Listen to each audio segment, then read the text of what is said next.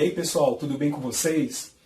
Nesta aula estaremos falando sobre a nomenclatura oficial de 4 funções orgânicas: os aldeídos, os cetonas, os ácidos carboxílicos e os ésteres. É como se fosse um resumo. Pessoal, se vocês quiserem se aprofundar nessas funções orgânicas, no que diz respeito a características, nomenclatura usual, propriedades, métodos de obtenção, nós sugerimos que vocês acessem as aulas postadas no canal descrito aqui embaixo. Bons estudos e vamos lá? Então, pessoal, vamos resumir as nomenclaturas oficiais de 4 funções orgânicas: aldeídos, cetonas, ácidos carboxílicos e ésteres. Para maiores aprofundamentos sobre as funções orgânicas abordadas nesta aula, sugerimos que vocês assistam às aulas postadas no canal Jackson ARP no YouTube. Gente, vamos começar então com a função dos aldeídos. Definição. Um aldeído, pessoal, é todo composto orgânico que apresenta o grupo funcional conhecido como formila, ou aldoxila ou metanoíla. Observe aí a ilustração do grupo funcional aldoxila e a sua forma abreviada. Lembrando, pessoal, que esse grupo R pode ser um grupo arila ou alquila, tá? Ou ainda o átomo de hidrogênio. Vejamos agora 3 exemplos. Observe então o aldeído mais simples que se conhece, com um átomo de carbono. Agora um aldeído com 2 carbonos e um aldeído aromático. Vamos então para a nomenclatura oficial.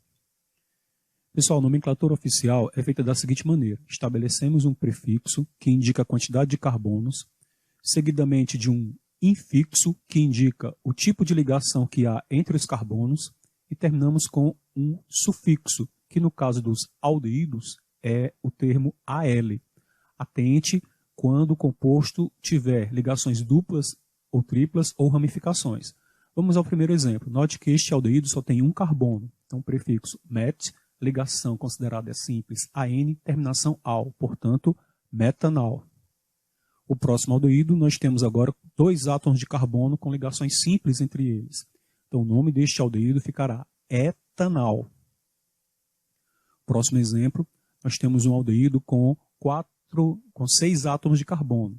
A numeração sempre começa pelo carbono da aldoxila. Note o carbono de número 1, o de número 2. Observe que o terceiro carbono tem ligação dupla. Temos agora o 4º carbono, observe o 5º carbono e o 6º carbono da substância. Portanto, o seu nome ficará 6 carbonos, X, ligação dupla no terceiro carbono, 3N, terminação AL, portanto, X3-enal. Note agora um aldeído aromático. A primeira coisa a se fazer é identificar a parte aromática. Note que é o grupo fenil. Observe que na parte superior, o carbono que tem a aldoxila é justamente o metanal. Portanto, pessoal, juntando os 2 termos, nós teremos como nome oficial a seguinte situação: fenilmetanal. Vamos agora para mais um exemplo. Vamos numerar a cadeia carbônica. Note que a numeração carbono de número 1 é o carbono da aldoxila. Observe que no carbono de número 2 tem um grupo metil. O terceiro carbono tem uma ligação dupla. Observe o 4º, o 5º e o 6º carbono. Portanto, o nome deste composto ficará 2-metil, 6 carbonos, X, ligação dupla no terceiro carbono, 3N e a terminação AL. Portanto, 2-metil-X3-enal. Pessoal, agora vamos para a função cetona. Tá? Definição de cetona: são todas as substâncias que apresentam o grupo carbonila. E, logicamente, a carbonila está entre 2 carbonos. Observe, então, a sua forma não abreviada e a sua forma abreviada. Tá? Os grupos R1 e R2 podem ser grupos orgânicos alquilas ou arilas, iguais ou não. Não pode ser, pessoal, o átomo de hidrogênio. Tá? Observe, então, os exemplos. Nós temos a menor cetona que se conhece e mais 2 cetonas. Tá? Vamos agora para a nomenclatura oficial. Gente, os cetonas tem como regra a seguinte situação. Estabelecemos um prefixo que indica a quantidade de carbonos, seguidamente de um infixo que diz o tipo de ligação entre os carbonos, e terminamos com o termo ona, que é justamente o sufixo da função. Vejamos agora alguns exemplos. A menor cetona que se conhece, ela tem que ter 3 carbonos, justamente porque a carbonila tem que estar entre os 2 carbonos. Portanto, 3 carbonos. Prop, ligação simples AN, e a terminação ona, portanto, propanona. Observe agora o próximo cetona. Neste caso, pessoal, se faz necessário numerar a cadeia carbônica. Note que a carbonila está justamente no carbono de número 2. Portanto, o nome do composto ficará 5 carbonos, pent, ligação simples, an, e a carbonila no segundo carbono. Portanto, pentan, 2-ona. Observe agora esse próximo cetona, a numeração.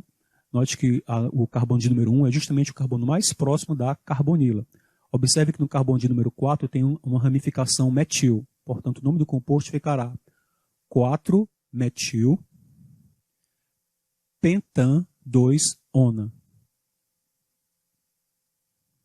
Próximo cetona, observe a numeração, carbono de número 1, a carbonila justamente é o carbono de número 2. No carbono de número 4 tem um grupamento etil, e no carbono de número 5, pessoal, tem uma ligação dupla. Portanto, o nome do composto ficará 4-etil, ok? 4-etil, 6 carbonos X, 5N2-ona. Atente para a numeração que aparece na cadeia. Última cetona, pessoal, nós identificamos a parte aromática, tá? Justamente o grupo fenil, e a parte que não é aromática é justamente a propanona, só que não, nesse caso teremos que numerar o carbono da carbonila. Portanto, o nome ficará fenil propan 2-ona. Pessoal, agora a função são ácido carboxílico, tá? Definição. Os ácidos carboxílicos são substâncias formadas pelo grupo carboxila. Observe a estrutura da carboxila, a forma não abreviada e a forma abreviada, tá? Note que esse R1 pode ser grupo alquila, arila ou ainda o átomo de hidrogênio. Vejamos agora, pessoal, alguns exemplos para ilustrar a função dos ácidos carboxílicos.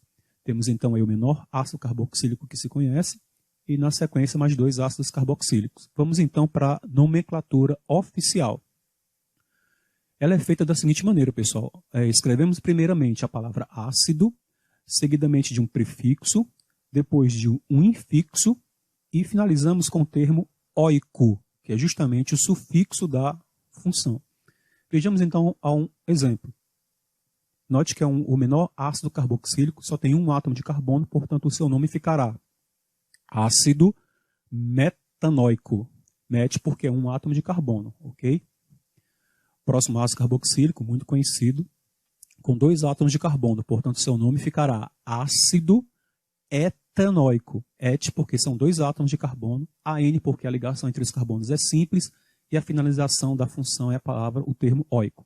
Note esse próximo exemplo, que são 4 átomos de carbono, portanto o seu nome ficará ácido butanoico. Vamos para mais um exemplo. Note que é um ácido carboxílico aromático. Identificamos a parte aromática, que é justamente o grupo fenil. E a parte superior, pessoal, que tem a carboxila, é o metanoico.